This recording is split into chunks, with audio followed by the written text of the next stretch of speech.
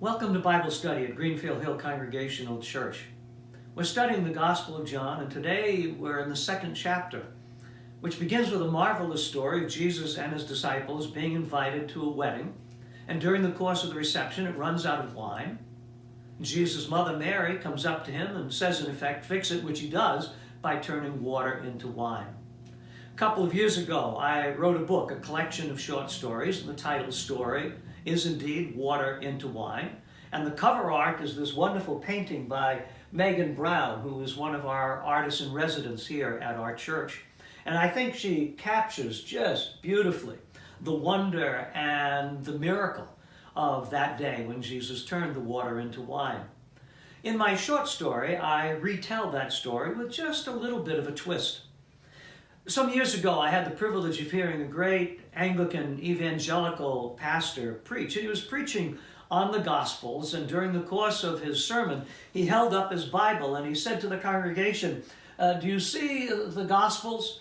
And do you see all the printed word in the Gospels? He said, I believe all of those words in the Gospels. But he said, look closely and you'll notice all the white spaces between the letters, between the words, between the sentences, and between the paragraphs. He said, I also believe in those white spaces.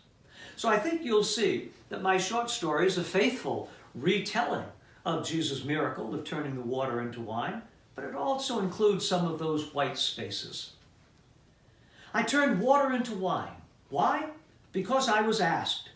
Legend has it that in every philosophy department of every liberal arts college there was an exam with one question. Why? Legend has it that the only student who ever aced the exam used his classic blue exam booklet to answer, why not? More mundane parallels, perhaps apocryphal, have the bank robber answering why he robs banks with, because that's where the money is. And the mountain climber explaining his risky passion for mountains with, because they're there.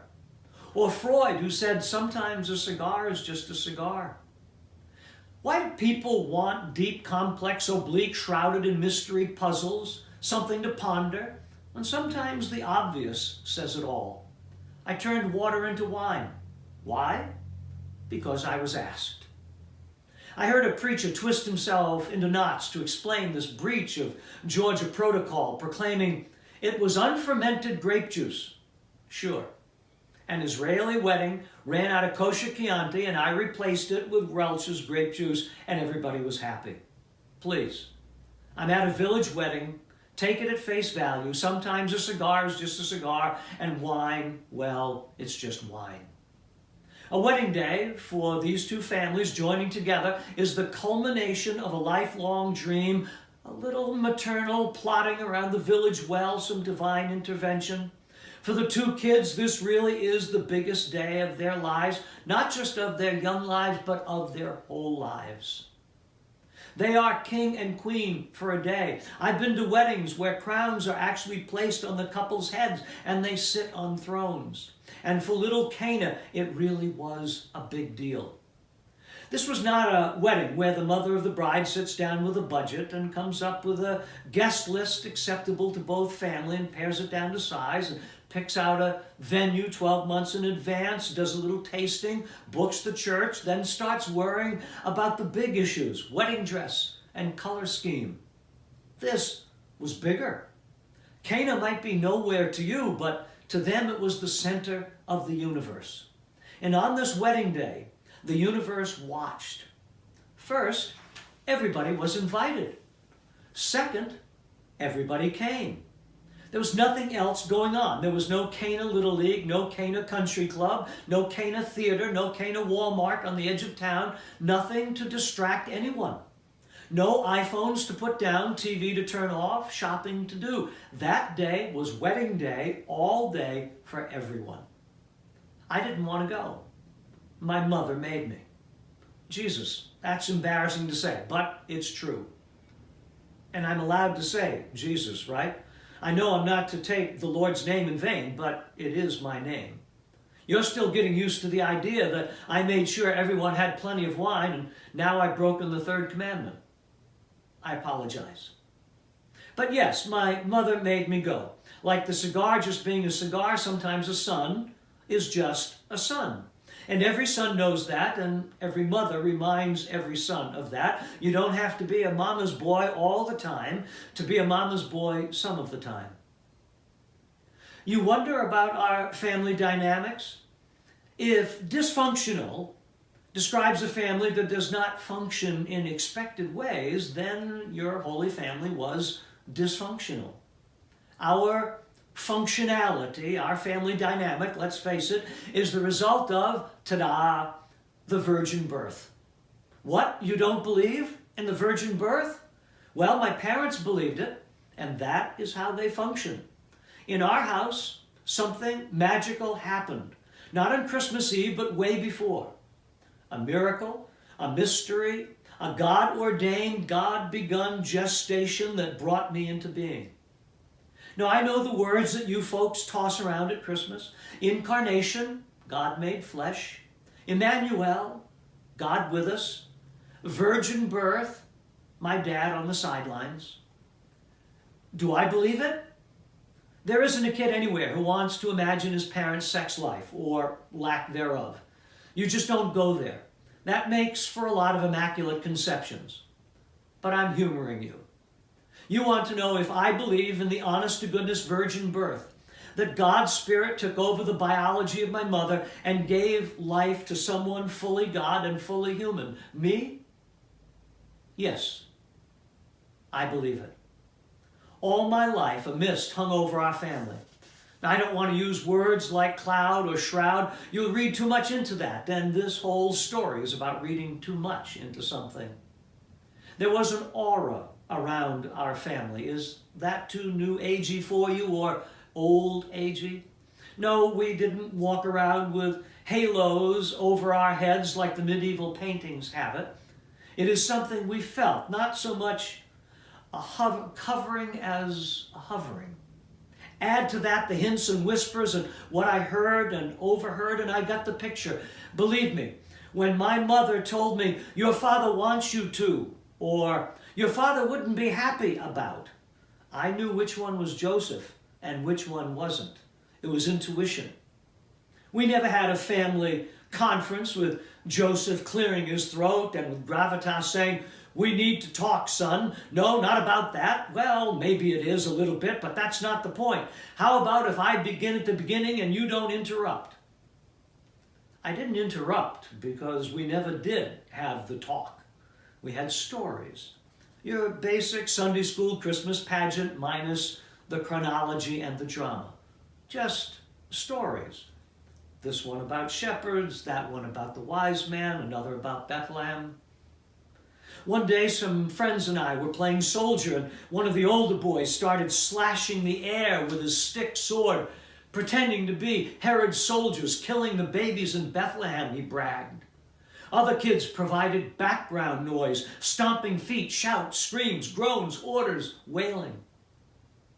That night, when I told my parents, they got very silent for a long time.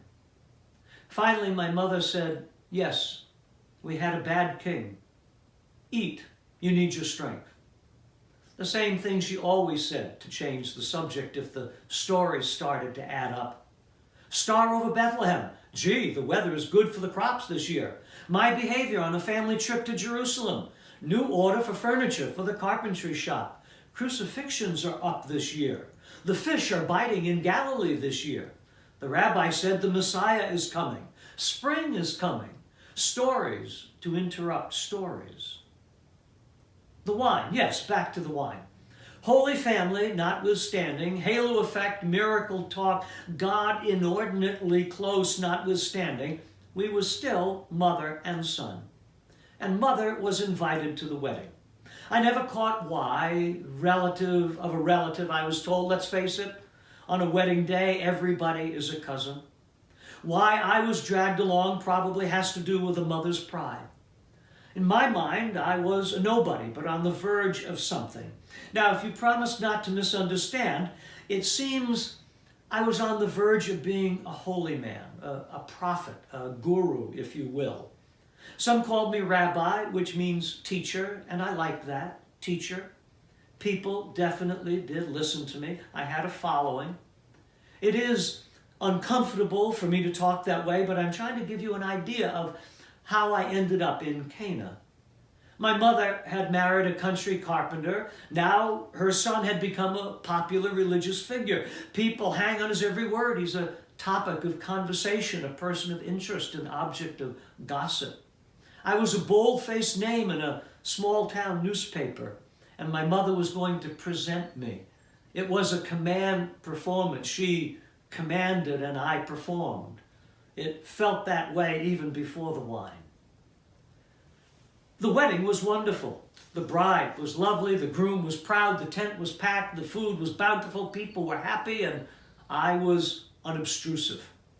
Like clergy at every wedding reception, everybody wants us there, but nobody really wants us there. It might dampen the festivities, so I tried not to dampen. I and my entourage of disciples sat at a far table, talking amongst ourselves, family stuff, a little politics, jokes about Romans, nothing worth repeating. Up front, I noticed a flurry of activity, the parents, an animated conversation, furrowed brows, one telling another to keep it down. Somehow my mother is over there, and I know this can't be good. My mother has this way of being in other people's business. She could be the patron saint of other people's business, which, in a way, she is. Summoning me, she drops it all in my lap. They're out of wine, she says matter-of-factly. I blanked. That's my only defense for what I said to her. I just blanked. I was rude. You can harden it, you can soften it, nothing fixes it. There are 3 things in my life I regret that I'll tell you about.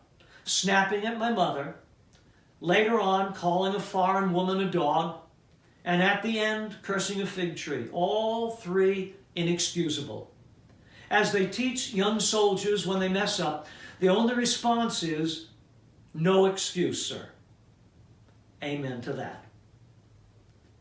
Now, to reset the table, big wedding, happy day, wine runs out, my mother expects me to fix it. Without thinking, God, I hope so, I blurt out to her, why involve me? My time has not yet come. In the Bible, on the fancy paper with classic font, my words sound innocuous, almost holy. Dear, dear mother, I might be saying, I must save the world, no trivialities for me. Or to make it more contemporary, Mom, don't waste my time. To preach it out, Mother, you have known God's plan from the beginning. This work has started. I've gathered a few disciples. We're rolling it out in stages. I'm not ready to show my hand. Or on the street, forget about it. All versions of, don't bother me, it's not my time. I'm glad my father wasn't there, either one. They'd have slapped my face and washed my mouth out with soap. My mother, however, didn't miss a beat. She didn't feign hurt or take umbrage. She coolly turned to the servants and said, do whatever he tells you to do. Maybe it wasn't my time.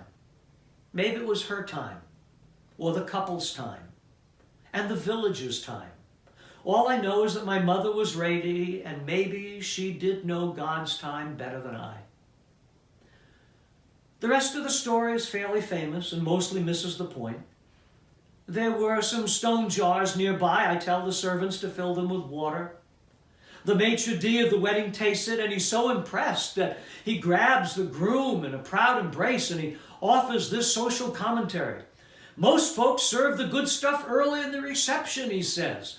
Once everyone is feeling too good to notice, they start serving the cheap stuff. But you, my boy, are the class of Cana. You have saved the best for last. At that point, my disciples are really proud to be with me. Because when I called them to be my disciples, I was rather blunt. I told them foxes have holes and birds of the air have nests, but I have nothing to offer you, nowhere to even lay my head. Yet now we are stars of a banquet with our own winery. Things are looking up.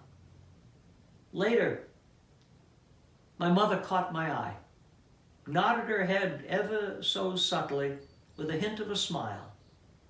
Not smug, knowing. Very, very knowing. Of course, everyone insisted we stay the night, treated us like royalty the next morning before we hit the road. Demons, lepers, fig trees awaited. If Emperor Constantine really did see a cross leading to victory, I believe it. I saw the cross too. Did I answer your why about the wine? Well, this is one of those cigars that is just a cigar. My mother asked, and the kids needed it. Don't read too much into it, needs versus wants. Two people in love. Everybody that matters to them is there. They want the night to last. They're not worried about who's driving the donkey home or if Uncle Harry's had too much. It seemed a small thing to do, a nicety, a gesture. Call it a wedding gift. More came later.